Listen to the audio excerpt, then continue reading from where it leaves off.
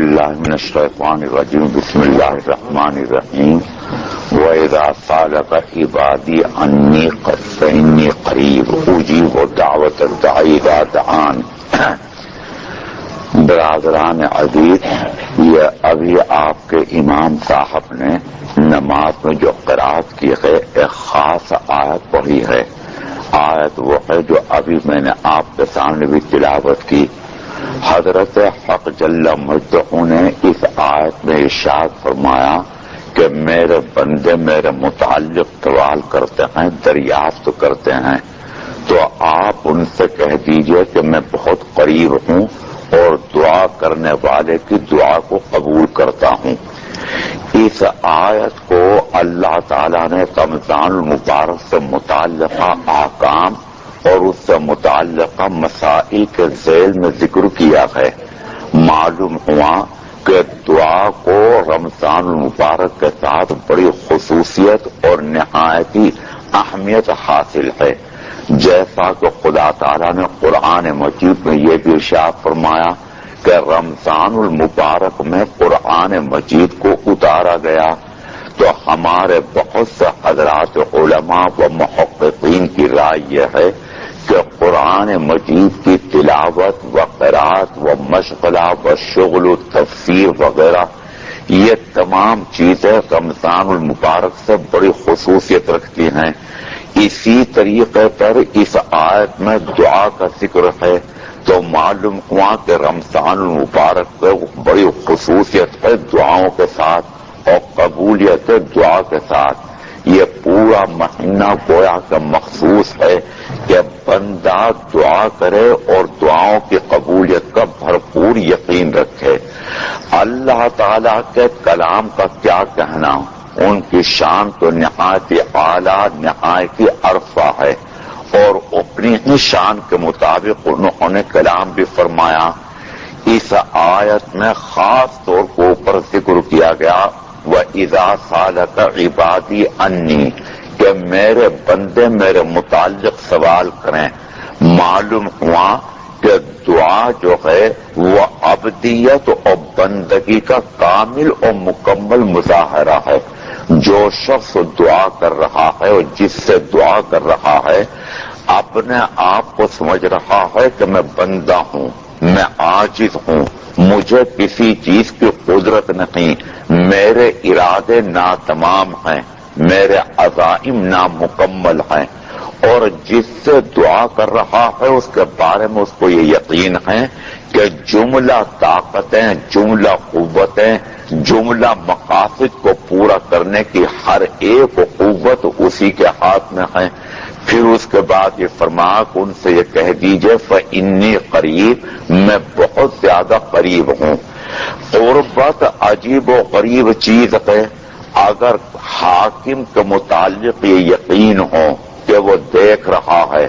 تو چوروں کو، ڈاکوؤں کو، جیب کتروں کو کسی طریقے پر اپنی کارروائی کرنے کی ہمت نہیں ہوگی۔ اور اگر مجرمین کو یہ معلوم ہو جائے کہ حاکم غافل ہے اور وہ قطعی طور پر شہر کی یا محلے کی خبر گیری نہیں کر رہا ہے، یا بستی کی یا قریہ کی یا ملک کی، تو اس ملک میں، اس بستی میں، اس محلے کے اندر افراتفری ہو جائے گی۔ اسی طریقے پر شاگردوں کو اگر یہ معلوم ہو جائے، طالب علموں کو، کہ اساتذہ ہماری طرف سے بالکل غافل ہیں اور وہ نہیں دیکھ رہے ہیں، تو تمام درجہ کھیل کا ایک میدان بن جائے گی۔ امتحان کے موقع کے اوپر عجیب و غریب تجربہ ہوتا ہے۔ امتحان جہاں ہو رہا ہے، اگر طلبہ کو ذرا بھی اس کا احساس ہو جائے کہ نگرانی کرنے والے، دیکھنے والے، ہمارے اوپر پوری نظر رکھنے والے غافل ہیں، تو طلبہ اسی امتحان کی جگہ کو دارالتکرار بنا دیتے ہیں۔ ایک دوسرے کے ساتھ پوچھ گچھ، ایک دوسرے سے استفہام، ایک دوسرے سے سوال، اور پھر اس کے بتانے کے مطابق جواب کا لکھنا۔ اسی طریقے پر اگر بچوں کو اور اولاد کو یہ خیال ہو جائے کہ ماں باپ کی ہمارے حرکات کو اوپر نظر نہیں تو وہ آزاد ہو جائیں گے. بیوی کو اگر اس بات کا احساس ہو جائے کہ شوہر میری طرف متوجہ نہیں یا میرے سے قریب نہیں اپنے علم کے اعتبار سے یا اپنے نگرانی کے اعتبار سے، تو عورت بالکل آزاد ہو جائے گی. ایسے ہی اگر کوئی مبتلا غم ہو، اگر اس کو یہ یقین ہے کہ حضرت حق جل مجدہ میرے غم، میرے آلام، میرے رنج، میرے علم کے اوپر پوری اطلاع رکھتے ہیں، تو لازمی طور کو اوپر اسے ایک بشاشت ہوگی، ایک اعتماد پیدا ہوگا، ایک توکل پیدا ہوگا. اگر مریض کو یہ خیال ہو کہ معالج اور ڈاکٹر اور طبیب اور حکیم کامل اور مکمل طور پر میری طرف متوجہ ہیں اور مجھ سے قریب ہیں، اسے اطمینان خاطر ہوگا. ایسے ہی ہمارے محدثین نے پوری طریقے پر قید لگا دی قبولیت حدیث کے سلسلے میں. انہوں نے کہا کہ اگر کسی طالب علم کا تعلق اور اس کا قرب اور اس کی نزدیکی اپنے استاد سے زیادہ رکھی،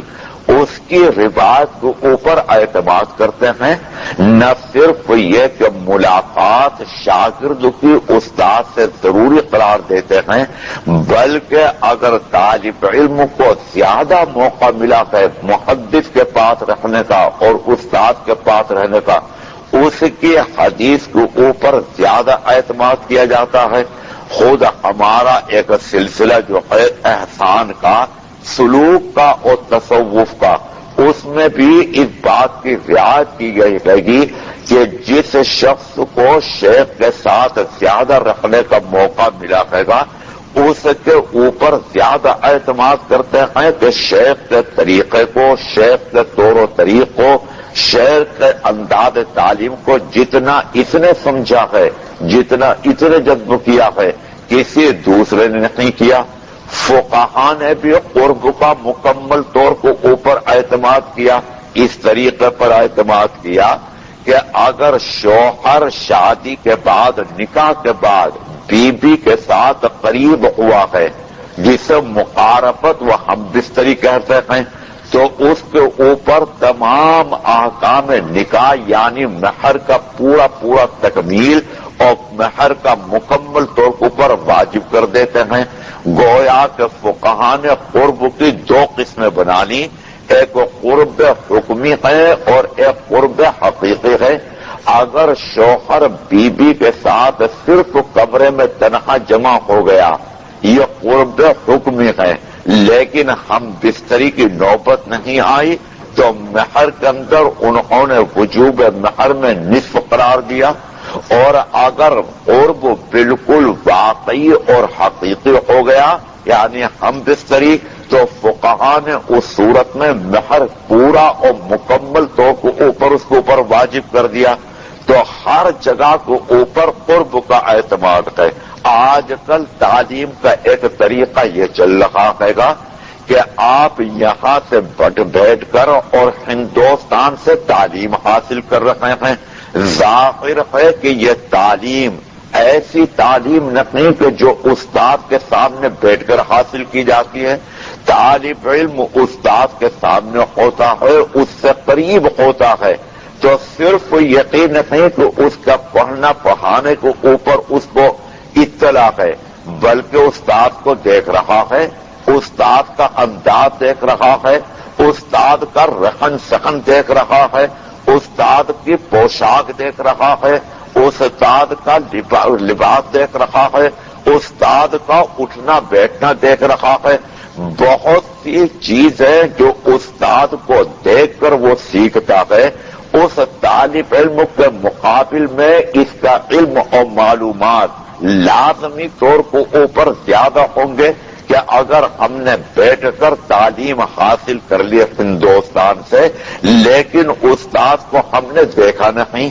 علاج اور معالجے کے آج کل طریقہ جی وہ قریب ہیں. آپ یہاں سے لکھ کر اپنے تمام احوال، تمام بیماریاں اور تمام کیفیات ہمدرد دواخانے میں حکیم عبدالحمید صاحب کو لکھ دیجیے ہندوستان میں، یا پاکستان میں ان کے بھائی حکیم محمد سعید صاحب کو لکھ دیجیے، وہاں سے نسخہ تجویز ہو کر آ جائے گا،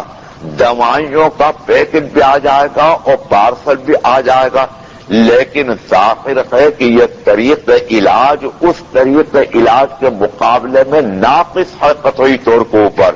کہ جب آپ حکیم کے پاس جائیں، ڈاکٹر کے پاس جائیں، وہ آپ کو دیکھے گا، مکمل طور کے اوپر آپ کی بیماری کو سمجھے گا، تشخیص کرے گا، تشخیص کرنے کے بعد تجویز کرے گا۔ تو ایک تو علاج ہے بعید کا اور بعد کا، اور ایک علاج ہے قریب کا اور پاس کا، دونوں میں زمین و آسمان کا فرق ہے۔ منٹ منٹ کے اندر مریض کی کیفیات بدلتی ہیں، بلکہ اور تو اور مریض کا مزاج بدلتا ہے، اور زیادہ سے زیادہ موسم کے اعتبار سے بھی دوائیوں کے اثرات اور ان کے خواص بدل جاتے ہیں۔ چنانچہ ایک مریض کے متعلق لکھا ہے کہ اسے گرمی کے زمانے میں پیشاب بند ہو گیا، تو حکیم کے پاس پہنچے، حکیم نے اس وقت پر یہ کہا کہ ان خربوزے کے بیج کو لے لیجئے اور لینے کے بعد پیسیے اور پیسنے کے بعد پلائیے۔ پلایا گیا، پیشاب جاری ہو گیا۔ اب آیا سردی کا زمانہ، سردی کے زمانے کے اندر پیشاب پھر اس کو بند ہوا۔ اس نے کہا کہ سابقہ علاج اور سابقہ دوائی اور پچھلی تدبیر کی کام دے گی۔ چنانچہ اس نے خربوزے کے بیج لیے اور بیج لینے کے بعد پیسے اور پیسنے کے بعد ٹھنڈا ہی اس کو استعمال کر لیا، نتیجتاً پیشاب کا بند اور سخت ہو گیا۔ اب گھبرا کر پہنچا ہے حکیم کے پاس، تو حکیم نے ان کو پوچھا اس سے اور دریافت کیا تو معلوم ہوا کہ پہلا نسخہ اور پہلی ہی تدبیر کے ساتھ استعمال کر لیا، پہلے ہی طریقے پر۔ حکیم نے کہا کہ یہ تو موسم سرما ہے، اس میں ٹھنڈی چیز کو استعمال کرنا اور زیادہ مضر ہوگا۔ چنانچہ اس نے تدبیر بدل دی، طریقہ بدل دیا اور کہا کہ اسی دوائی کو پیسو اور پیسنے کے بعد ہلکا سا گرم کرو، نوایا سا گرم کرو اور گرم کرنے کے بعد استعمال کرو۔ استعمال کرنے کے ساتھ ہی پیشاب جاری ہو گیا۔ تو دیکھیے آپ نے قریب اور بعید کا کتنا فرق نکل آیا۔ اگر ہمیں یہ علم ہو، ہمیں یہ احساس ہو کہ الیاذ باللہ ہمارا معبود اور ہمارا خدا بالکل بہرا ہے، آنکھوں سے نابینا ہے، کان اس کے موجود نہیں ہیں، نہ وہ سن رہا ہے، نہ وہ دیکھ رہا ہے، نہ وہ ہمیں قطعی طور کے اوپر جان رہا ہے، نہ پاس اس کے علم ہے، نہ اس کے پاس بینائی ہے، نہ اس کے پاس سماعت ہے۔ لازمی نتیجہ یہ نکلے گا کہ ہم برائیوں کے اندر زیادہ بڑھتے چلے جائیں گے اور برائیاں اور معصیتیں ہمارا شیوا اور شعار بن جائیں گی۔ اور اگر ہمیں یہ یقین ہو کہ ہمارا معبود اور ہمارا خدا ہم پر پورے طریقے پر مطلع ہے، وہ دیکھ بھی رہا ہے، وہ اس کے ساتھ ساتھ سن بھی رہا ہے، وہ ہماری ہر چیز کے اوپر اطلاع بھی رکھتا ہے، تو ہم اپنی پوری زندگی کے اندر محتاط ہو جائیں گے، محفوظ ہو جائیں گے۔ انسان کے اوپر دو کیفیتیں آتی ہیں، ایک تکلیف کی اور ایک خوشی کی اور مسرت کی۔ تکالیف میں اور مصیبتوں میں وہ چاہتا ہے کہ معبود میری مصیبتوں کو جان رہا ہے، میری مصیبتوں کے بیان کو سن رہا ہے، میری مصیبتوں کو دور کرنے کی بڑی قوت رکھتا ہے، تو ہم لازمی طور کے اوپر اپنے اندر ایک تروتازگی محسوس کریں گے۔ اور ایسے ہی دولت کے اندر اور تنعم کے اندر اور مال کے اندر اگر ہم مست ہو گئے اور ہمارا یہ خیال ہے کہ ہمارا خدا نہ ہمیں دیکھ رہا ہے، نہ وہ ہماری باتوں کے اوپر نظر، نہ وہ سن رہا ہے، بلکہ ہر طریقے کے اوپر وہ ہم سے غافل ہے، تو اس کا نتیجہ نکلے گا کہ معصیتوں میں ہمارا انہماک تو قرب کو اور علم کے اعتبار سے قرب ہو یا جسم کے اعتبار سے قرب، اللہ تعالیٰ جسم کے اعتبار سے تو قریب نہیں ہیں، لیکن اپنے علم کے اعتبار سے ہر بندوں سے زیادہ قریب ہیں۔ اسی وجہ سے زور دیا گیا کہ یہ مہینہ دعاؤں کا ہے، دعائیں جم کر کرو اور اس یقین کے ساتھ کرو کہ اللہ تعالیٰ تمام مصیبتوں کا دور کرنے والا بھی ہے، اللہ تعالیٰ تمام بیماریوں سے شفا دینے والا بھی ہے، اللہ تعالیٰ ہر مصیبت کے اندر ہمارے لیے کار آمد بھی ہے، خدا تعالیٰ ہی کو ہر قسم کی طاقت ہے، خدا تعالیٰ ہی کو ہر قسم کی قوت ہے۔ یہ مختصر مضمون تھا اس آیت کا جو ابھی امام صاحب نے آپ کے سامنے پڑھی، جس پر میں نے کچھ عرض کیا۔ وآخر دعوانا الحمدللہ رب العالمین۔